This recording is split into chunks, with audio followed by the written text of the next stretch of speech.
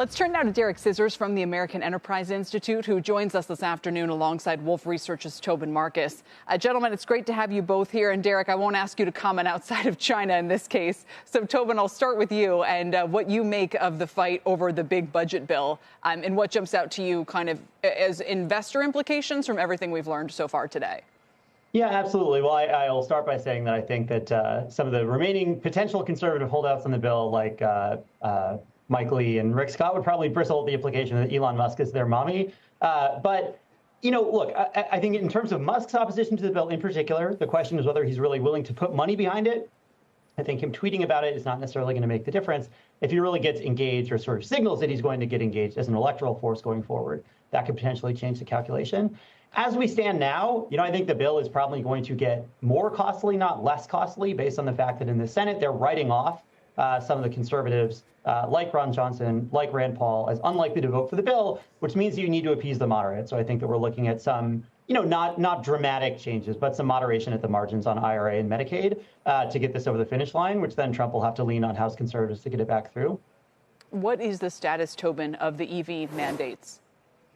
So the EV tax credits, I think, are not coming back. That is not on the list of things that I think has any real chance of getting saved. That has always been clearly the IRA credit that is most on the chopping block. And notwithstanding Musk's intervention there, I don't think that's going to change. The rollback of the IRA cuts in the House version of the bill, I think, is more likely to be, you know, re-extending the timeline for the production tax credit and the investment tax credit to get phased out, you know, possibly making some technical changes to those foreign entity of concern rules, which Derek may have some thoughts about as well. Those kinds of changes, sort of rolling it back towards where it started and unwinding some of the concessions made to conservatives in the late stages of getting that bill through the House. And, of course, we heard the president in that sort of discussion in the Oval Office with German chancellor that talked a lot about Russia and Ukraine, how difficult that might be.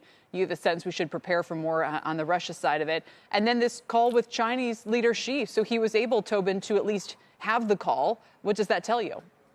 Yeah, having the call is good. I think the president's readout of the call sounded quite constructive. I would say the Chinese readout of the call sounded somewhat less constructive. They stood behind their compliance with the critical minerals and rare earths agreements reached in Geneva, which obviously whatever they've been doing has not been satisfactory to the U.S. side. So having the Chinese readout saying essentially they've been complying with that genuinely and sincerely suggests that there probably is some more work to do.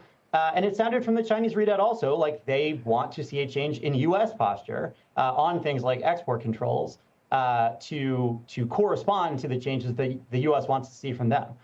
I think that's challenging. I mean, Lutnick is going to go to the next round of talks, but there's a reason why the U.S. has been pursuing these export controls.